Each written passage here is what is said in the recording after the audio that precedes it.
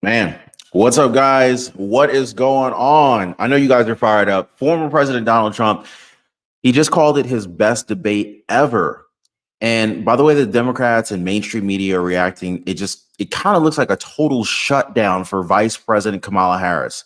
CNN senior data reporter Harry Enton, he basically tried to sugarcoat it, but he basically said that this was Kamala Harris's last chance. And don't take my word for it. Let's hear it straight from Harry. See if I can share this with you guys right quick. By the way, if you haven't already, please take a second, hit the like button for the video, subscribe to the channel, and let me know where you guys are watching from. All right, let's go. And actually voting. Yeah, I mean, look, normally when you're heading into a first debate, the debate really won't make that much of a difference because one of the candidates is so far ahead. So if you go back since 1976, the average candidate, the average leader at this point, leads his opponent or her opponent by 6 percentage points.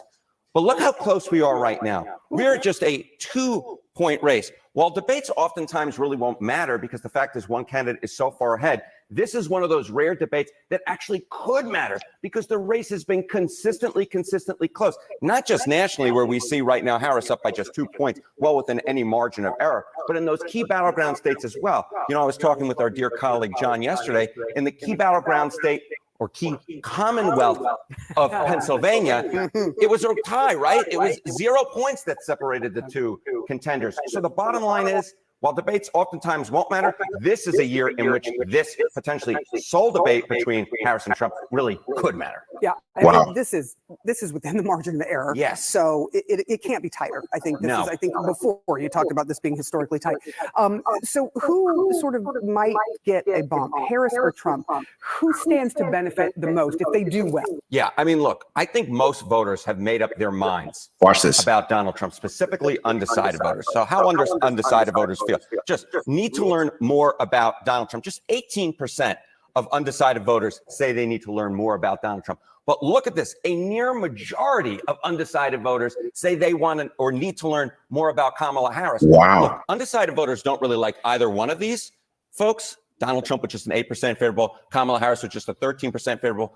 But the bottom line is there's a lot more room for movement for Kamala Harris than there is for Donald Trump. So the real question tonight is, can Kamala Harris seize this opportunity, seize the spotlight, put to rest fears that they may have about her? Because the bottom line is undecided voters have already made up their mind about Donald Trump. They're waiting to make up their mind about Kamala Harris, and how they do so can make all the difference in the world at the end of the day come November. Wow, guys. Wow. I mean, that is huge, is it not? I mean, that sounds pretty freaking huge to me, guys. And you heard them. Desperate Democrats. They're trying to sway these undecided voters, and it's really showing up in their rhetoric and their media. Now, I mean, I think it's kind of ridiculous to think that anybody is still undecided at this point, right? I mean, think about it.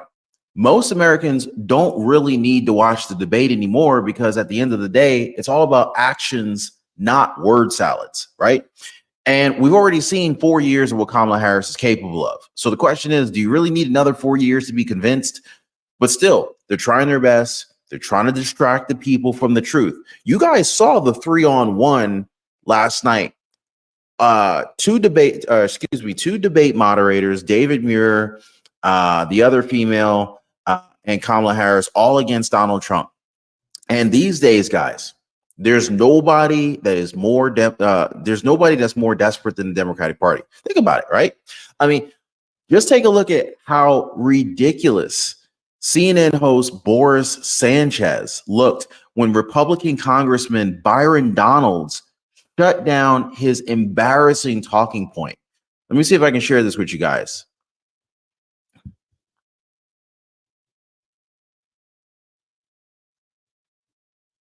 He's not talking about her identity. Frankly, nobody is. She might try to bring it up, but that doesn't matter to the American people. It's one of the reasons why her support in this race might be broad, but it's an inch deep, because she's not talking policy. She's not talking about the things that are going to help the American people. Respectfully, Congressman, he said it's an inch deep. That brought it up initially unprompted.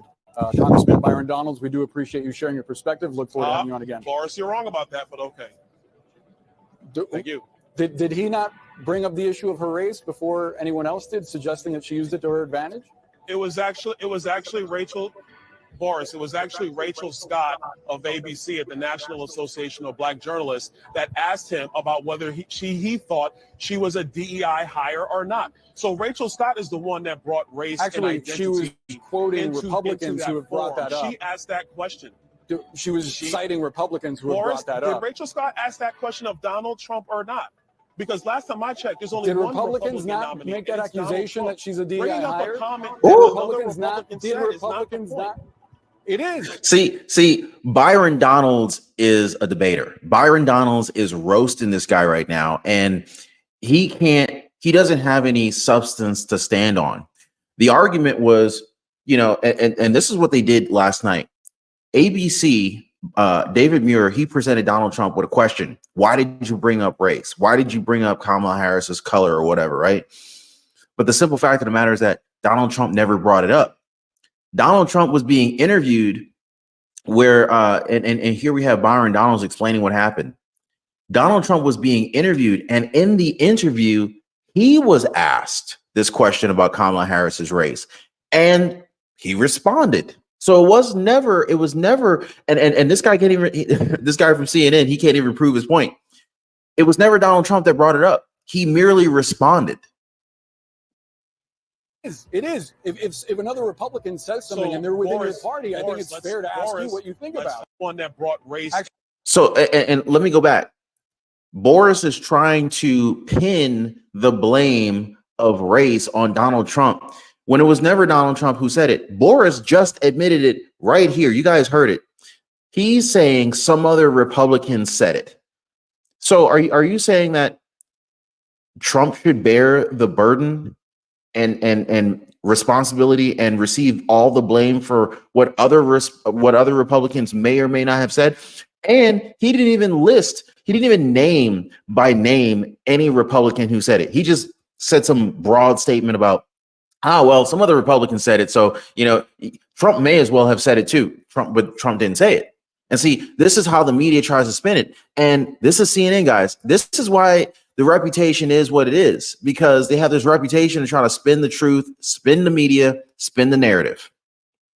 Actually, she was quoting Republicans who have brought that up. She asked that question. She was citing Republicans who have brought that up. Did Rachel Scott ask that question of Donald Trump or not? Rachel Scott. Because last time I checked, there's only Did one Republicans Republican not nominee, make that accusation that she's a DEI bringing up hire? a comment that Did Republicans not? Did Republicans not? It is. If another Republican says something and they're within your party, I think it's fair to ask you what you think about it. Let's talk about this appropriately now. We are. Boris, let's talk about this appropriately. There was one Republican that said it on Capitol Hill. Another Republican was asked about it. They both said, well, I don't know. Yeah, I think she was, when they were asked actually by Manu Raju of your network. So that's exactly what happened. Rachel Scott asked Donald Trump a week later. He made his response. Okay. You heard it here, folks. So what do you think, guys? Let me know. What do you think about this? I mean, you got to wonder, why is CNN still on the air? Because you never see mainstream media going after Democrats like this guy did to Byron Donalds, right? By the way, guys, if you haven't already, please take a second, hit the like button for the video. I really appreciate you guys. Don't forget to subscribe. Thank you, as always, guys. I mean, everybody, happy hump day. It is Wednesday, September 11th. And just in memory of the very tragic day, September 11th, 2001. I'm pretty sure a lot of you guys will never forget where you were on 9/11 back in 2001. But just out of respect, everybody just say amen for the survivors and those who were lost during 9/11. Totally appreciate you guys. Yeah, sorry about that. Oh, and also join us over in our Patreon community. I've left links for you guys. I post content over there that I can't share here. Join us over in our Patreon community. It's totally free to join if you want. Nothing to lose. So hit the link down below. You can sign up. It takes probably about 5 or 6 seconds. But anyway, guys, I mean, you really got to ask, after this performance, after what we've just witnessed here with Byron Donalds. What's up, Freedom? Ron, it was clearly ABC on her side and fact-checking Trump and never fact-checking Kamala Harris. Straight up lies about Trump. She is ruthless and evil. And Freedom, I couldn't agree with you more. In fact, I actually plan on talking a little bit about that later in today's live. But it's absolutely crazy, isn't it, guys? Like the one-sidedness. It was Donald Trump versus three. I do feel like Kamala Harris did actually come more prepared than I expected.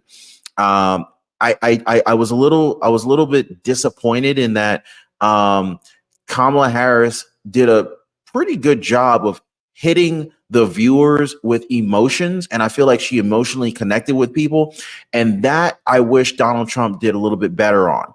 And I say that because I feel like a lot of people vote with their emotions, even though she has no policies, and the policies that she does claim have been stolen from Joe Biden and recently stolen from Donald Trump.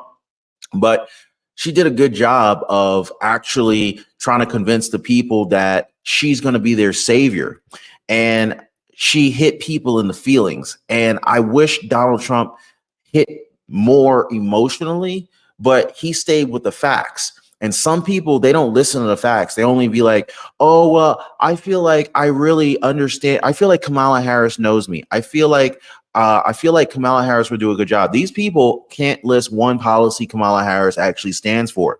And then she flip-flops on so many different issues. So you really don't know where she really stands. But one thing is for sure, she has previously told us that her values have not changed. So that, to me, when you tell me that your values haven't changed, but yet you advertise that you have this policy and that, remember, what policy? Name one policy that let's talk about one policy she stole from Donald Trump, which was like super obvious. She stole the no tax on tips policy from Donald Trump.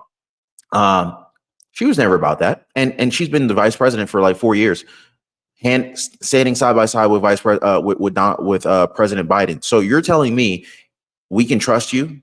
Like, you know, you're telling me that the American people should trust Kamala Harris? She's been in office already. Here's the thing. If she were really trustworthy, and this is what really pisses me off. Some people just completely ignore this fact. Okay. She's been in office for 4 years. Anything that she's trying to say she's about, any policy she's trying to promote right now should already be in effect.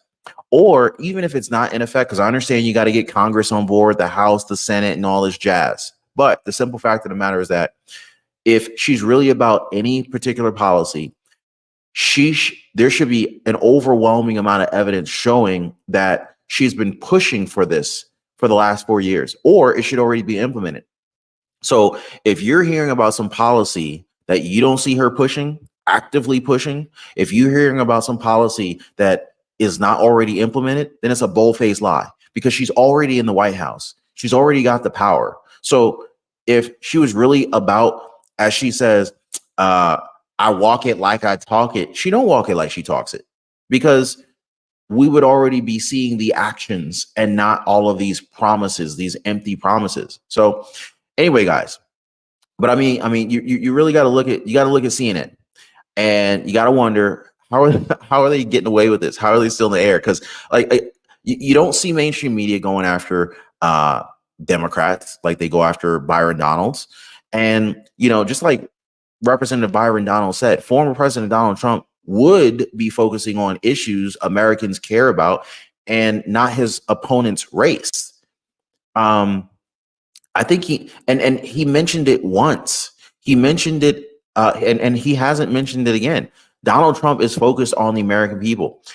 He then listed the economy, immigration, national security as key issues that would hone in on at the debate. But and also, if you look at the latest polls, guys, let's not forget about the polls. Look at the latest polls from liberal news outlet New York Times. The people see that it's Trump who's really willing to tackle these issues, all while Kamala Harris just pretty much flip-flops on them. But let me go ahead and share that with you guys. Hold on one second. Let me see if I can share that with you guys so you can see for yourselves. Take a look at this.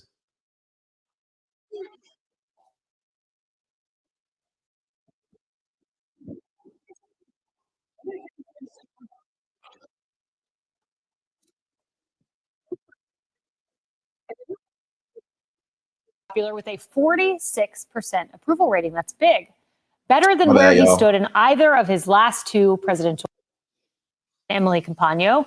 Also joining us, Fox News contributor and the Federalist editor-in-chief, Molly Hemingway, and Fox News national correspondent, Griff Jenkins. Well, we begin with brand new polling showing former President Trump pulling ahead of Vice President Kamala Harris. Maybe a sign that her momentum has stalled. New York Times Siena College poll shows Trump leading Harris by 1 point in this super tight race. And the new polls show Trump also remains popular with a 46% approval rating. That's big. Better than where he stood in either of his last two presidential campaigns. And this poll is being called one of Trump's most overlooked advantages. Voters see Trump as closer to the center than Harris. And nearly half of all voters say that Harris is too liberal or progressive. That explains all of her flip-flopping. Those policies, they simply won't get her to the White House. But just ask Bernie Sanders. He seems to know this. You have described Vice President Kamala Harris as a progressive. She has previously supported Medicare for all. Now she does not. She's previously supported a ban on fracking. Now she does not. These, Senator, are ideas that you have campaigned on. Do you think that she is abandoning her progressive ideals?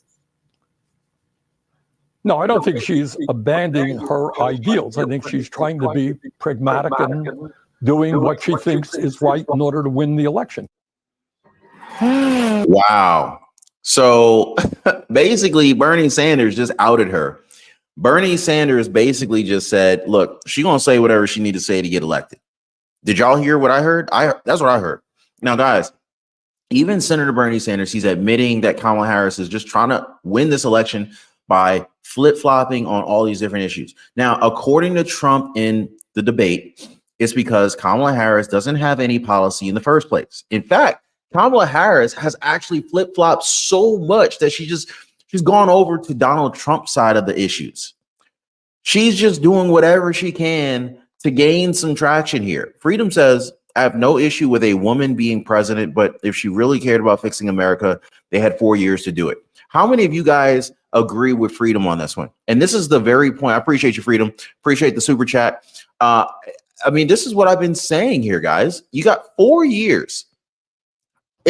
She acts like she's not already in the White House.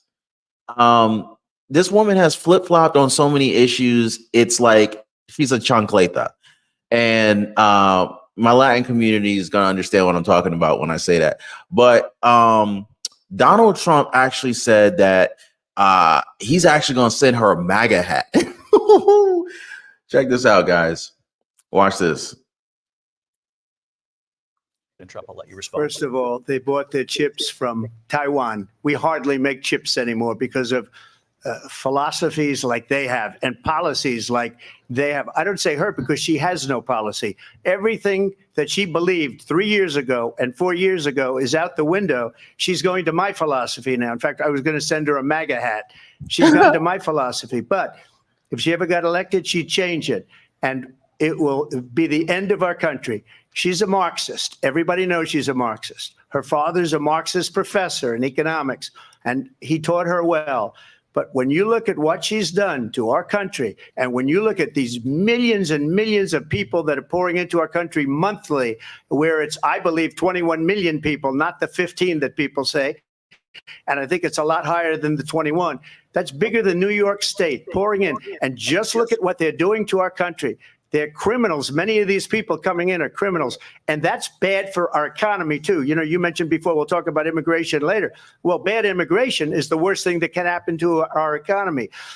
They have, and she has, destroyed our country with policy that's insane. Almost. Guys, I mean, what can I say? No wonder our former commander-in-chief told Sean Hannity that he had his best debate ever, even if it was, in fact, 3 against 1. Check this out. I feel good. All right, joining us now, he's on the set in the spin room himself. Did you have fun? I had a good time. I think it was our best debate ever. I thought it was really good. We had 3 against 1, but I anticipated. Let's talk about that. 3 against 1. and all of her radical positions they leave on the table. Yeah. No, we had a lot of negative kind of stuff. Look, I saw on your show last night, they had 100% positive coverage on ABC, and I had 94% negative coverage. 93% negative. I exaggerate. You got an extra percent non-negative. As you were with her tonight, to think that we come out of this debate and we have no answer to her co-sponsoring the Green New Deal, $93 trillion, Yeah. I say the end of capitalism. To come out of this, government-run health care. Capitalism's done. No answer to eliminating private health insurance. The fact we that brought them all up. Every one of the bring a things lot of it we brought it all up. And I also ended with, why hasn't she done it before? Why didn't she fix Exactly. it? She's there complaining. Why didn't she fix all these things? really that she's willing to leave the stage and go home if she was going to go fix it in Washington? No, you know what? I would have left. I would have said, go home and fix it. I'll leave with you, okay? But she doesn't. She's not going to fix it. So she's complaining about all the stuff that's wrong with the country, and they've been there for 3.5 years. And I put that. I wanted to save that for my last little summation, and I actually mentioned in there too. I just thought it was a great debate. I think we showed the weakness, but the sad part is they're destroying our country. When you get right down to it, debate, good debate. I enjoyed it, but it's a very sad thing because our country is in decline. We are really being laughed at all over the world, and that's tough to take. Do you think it's strange that somebody could support something as radical as sex change operations paid for by taxpayers for convicts and illegal immigrants, and for illegal immigrants, free housing, healthcare, education, and not? And the thing is, what gets me is there's so many people that don't realize the policy she supports. Kamala Harris is supporting exactly what Sean Hannity has just brought up, guys. Okay. Now, former President Donald Trump, he was slamming ABC. He was slamming its moderators, David Muir, Lindsey Davis, for being unfair, basically saying how it was 3 against 1. Nonetheless, Donald Trump, he took Harris to task for destroying our country during the interview. He also reiterated that he said in his closing remarks how Harris is complaining about all the stuff that's wrong with our country. And she's been in the White House for 3.5 years. Now, the $1 million question from Sean Hannity basically came after, would Donald Trump consider participating in a second debate? Now, Trump said maybe if it was on a fair network. I think Trump is probably leaning toward, if there is a second debate, doing it on Fox News. He also compared Kamala Harris to a prize fighter who basically lost the match and now wants a rematch. Him? Well, I think Trump's the guy that essentially won, and that's sort of a happy and he's pretty happy about the win, and he's thinking about beating her twice. What do y'all think? Who do you think won this debate? Do you think Trump won the debate, or do you think Kamala Harris won the debate? Please comment down below. Just put Trump or Kamala if you think whichever person won that debate last night. Also, guys, do you think Trump should give in to Kamala Harris's plea, her begging of a second debate, a rematch? If you think Trump should give Kamala Harris a rematch, just type in rematch in the comment section down below. I see a lot of you guys typing in Trump. I did see some people. I did a poll last night, guys. There was like 5% of people saying Kamala Harris won the debate. I do think she came more prepared than a lot of people expected. But Trump held his own, given the fact that it was one guy against 3 people. Now, proving Trump's point, Kamala Harris said that they want a second debate in October, just moments after the end of the first debate. We heard Donald Trump last night. If you guys didn't see my live last night, definitely click on my channel, go to the live tab, and look at my last live. Within like the first 1 or 2 minutes of that video, you can see where Donald Trump was explaining how Kamala Harris basically came begging to him, please, can we do another rematch? Can we have another debate? Now, personally, I think it's highly likely that Donald Trump will actually have another debate with Kamala Harris, because he actually wanted 3 debates. And if you guys remember, Donald Trump last week showed up on Fox News. I think it was on September 4th, if I remember correctly. I might be wrong about that. He showed up on Fox News, and Fox News host called Kamala Harris out for not showing up, basically saying, hey, we were expecting a debate tonight, but only Donald Trump showed up. Kamala Harris was nowhere to be seen. There was an empty chair where Kamala Harris's butt would have been, but ultimately proving Donald Trump's point. The Kamala Harris campaign said that they want a second presidential debate in October, but it was Kamala Harris's advisor, Brian Fallon, who posted saying that, that was fun. Let's do it again in October. So, I mean, ganging up on a guy when there's three of you, it's definitely going to be fun for the three people, right? I mean, still, they would be greatly mistaken if they think Donald Trump's going to back down from a fight. I don't see Donald Trump backing down from a fight. In fact, wasn't it him who called for multiple debates between them to begin with? I mean, I'm just saying, a second matchup between Donald Trump and Kamala Harris, I think it seems pretty likely. By the way, if you guys haven't already, please hit the like button, subscribe to the channel, join us on our Patreon community. There's a link in the description down below. Totally free to join. Appreciate you guys. Thank you guys also for being a member of the channel here. Thank you for hitting the join button. You guys are absolutely amazing. And we're going to get through this. We're going to keep pushing the truth. We're going to keep pushing the message.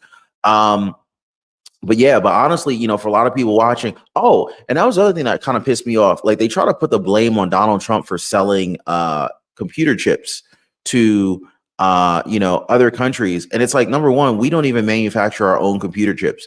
99% of I've been in the IT field for like 20 years. 99%, 95% of computer chips are made in Taiwan. Okay. And the other thing is they try to pin the blame, and these are supposed to be like neutral moderators on ABC. They try to pin the blame on Donald Trump that he sold all of these computer chips to these other countries so that they could basically become a threat to the United States by building AI and essentially beating us in this AI development race. Well, here's the thing, and also using the computer chips for military weaponry and whatnot. But here's the thing, guys, a computer chip can be used for pretty much anything. So even if the United States actually sold computer chips to a foreign country, you never know what the foreign country is going to use the computer chip for.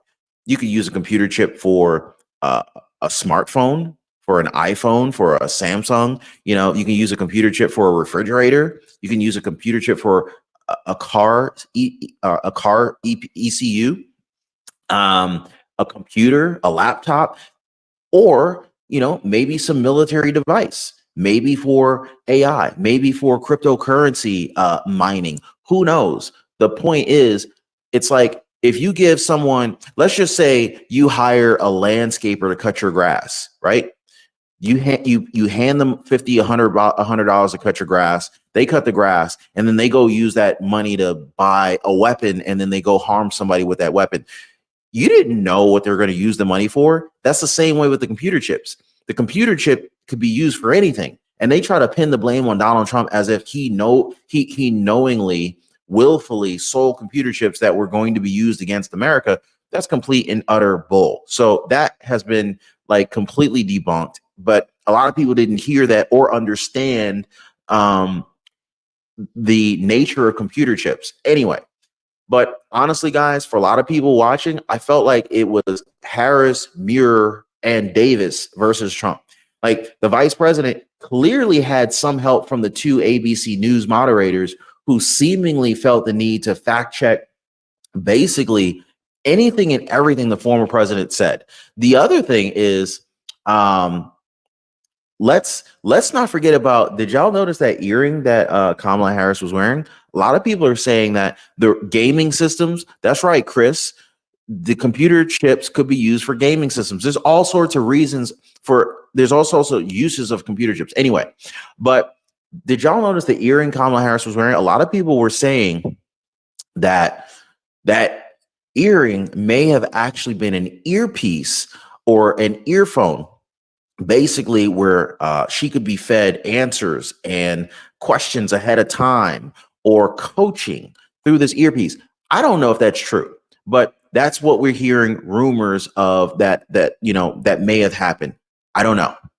Y'all let me know what you think on that. But remember, guys, these two ABC News moderators, they literally felt the need to fact check virtually everything former President Donald Trump said. How much fact checking did they do with Kamala Harris? I read some article today. It says something like Donald Trump had 30 false statements. And I think they said like Kamala Harris had 1. Now, you can only guess what news outlet released that statistic, right? It's like, come on, guys. You guys are not even playing fair, right? Now, remember, this is the same news network where George Stephanopoulos is from. Y'all remember George Stephanopoulos, right? How many of you guys like George Stephanopoulos? I always see his name or try to pronounce his name and always be thinking like Snuffleupagus from like Sesame Street. Anyway, this is the same guy who's facing a defamation lawsuit for saying that Donald Trump had raped E. Jean Carroll. Now, it's totally not true, guys. But yeah, anybody could see Vice President Kamala Harris gaining her renewed confidence as Donald Trump had to basically face relentless questioning from herself and moderators, David Muir and Lindsey Davis. Senator Lindsey Graham, he said that the moderators might as well be on the DNC payroll, while conservative media personality Ben Shapiro had said that there was a disgrace. This was literally a disgrace to their profession.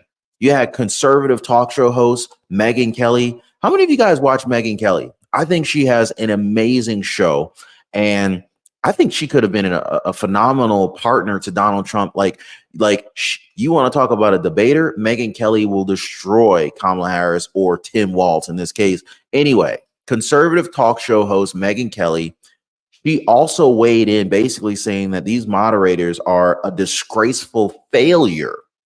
This is one of the most biased, unfair debates that Megyn Kelly has ever seen. So shout out to Megyn Kelly. If any of you guys like or watch Megyn Kelly, just type in Megyn Kelly or Megan in the comments. But now, if you ask me, guys, Kamala Harris may have very well basically tag teamed her way through this debate with Donald Trump because she had 2 other teammates, right? Now, but seriously, guys, what about 50 plus days before the election? It isn't at all very clear that this debate will fundamentally impact the outcome on November 5th. It is not clear. However, this race is unbelievably close, so it may have more or less of an impact than debates normally would. But that's just something to keep in mind. But what's really clear to me, guys, is what Donald Trump said in his closing statement. Voters remain angry about the direction that the country is headed in, about the performance of both President Joe Biden and Vice President Kamala Harris, as well as which candidate they actually trust more on the top 2 issues, maybe even 3 issues that are facing the country right now. The top issues are, you got the economy, you got immigration, and law and order. I mean, I saw a video just the other day. This guy, he was like running through the streets, punching women in the face. And y'all have no idea what they're doing underground in New York right now. And we may actually see this roll out across the United States, which is so scary what they're doing in New York. And I bring this up because New York is a democratically run city. It's a democratically run state. You got David, what is his last name? You got a Democratic mayor. You have a Democratic super far left governor by the name of Kathy Hochul. And the way they're running New York, just imagine, look at Gavin Newsom, another major Democrat running California, San Francisco, LA, San Diego into the ground, the whole Bay Area. I shared some crazy video of what they're doing underground in New York right now. And I can't even share it here. I put it on the Patreon. If you guys want to check that out, hit the link in the description down below. Crazy stuff that they're doing underground in New York right now. And we're afraid that this may actually roll out across the United States. Okay. anyway, there's a link in the description down below if y'all want to check that out. What they're doing in New York is it's scary. And if these guys get in control, they're likely going to roll this out across the United States. Just to make it easy for you guys, if you guys wanted to check that out, I'll leave a link for you guys. Look in the description, look in the comments right now. I just put a link for you guys so you can check that out. But again, they're doing this in New York. They're doing this in the sanctuary cities. This is rolling out, and this is scary. They want to use taxpayer dollars to fund the surgeries of illegal immigrants who are in jails with taxpayer money to fund the surgeries to transform these people into whatever other gender they want to be. This is scary. Look at what they're doing in the school systems. On that Patreon, I also put a video of this one crazy trans teacher, and what they're doing is crazy. So anyway, there's something, like I said, there's some things I can't cover here. So I wanted to cover them, but I gotta, stay within the rules here. So anyway, I put some of that over there. If y'all want to check that out, that's cool. If not, whatever. But again, with that being said, guys, I do think that the debate should have hopefully almost no impact, because a lot of people are going to see this and they're going to say, oh, well, Kamala Harris won this debate. But the reason why people are going to say Kamala Harris won the debate is because they're not realizing how much of an impact ABC News, David Muir, and Lindsay had on attacking Donald Trump and trying to fact check him every time he spoke. They never fact checked Kamala Harris. So it gives her the illusion of winning, but the illusion is all that matters, because a lot of people are not going to see past it. And that's what I'm saying. A lot of people are not seeing past it. Kamala Harris hit people in their feelings. She tried to tell this story about how Donald Trump wanted to put this nationwide abortion ban in place, which is a complete lie. She told some story about how, and you guys might have seen this too. You may have heard this. And I was like, I was trying to remain awake last night. I was getting tired, but I was watching the debate. And tell me if you guys remember Kamala Harris saying this, okay? She said Donald Trump wanted to issue a nationwide abortion ban, which was not true. This was false. And I don't remember ABC moderators, David Muir or the other lady, jumping out of the woodwork saying, oh, Kamala Harris, that's false. I don't remember them doing that. But anyway, she said that. Then she tried to paint the picture of a pregnant woman and maybe her husband getting on an airplane to fly across the country to another state where they can get the operation done.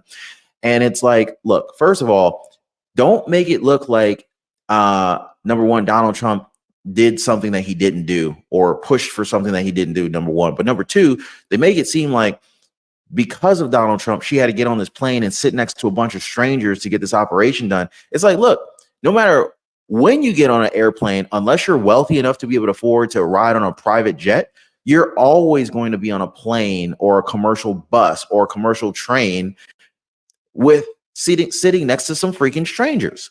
That's just how it is. But I got to hand it to her. She did a great job of making people feel something emotionally. And basically, she was just trying to get the undecided voters to side with her and emotionally connect with her.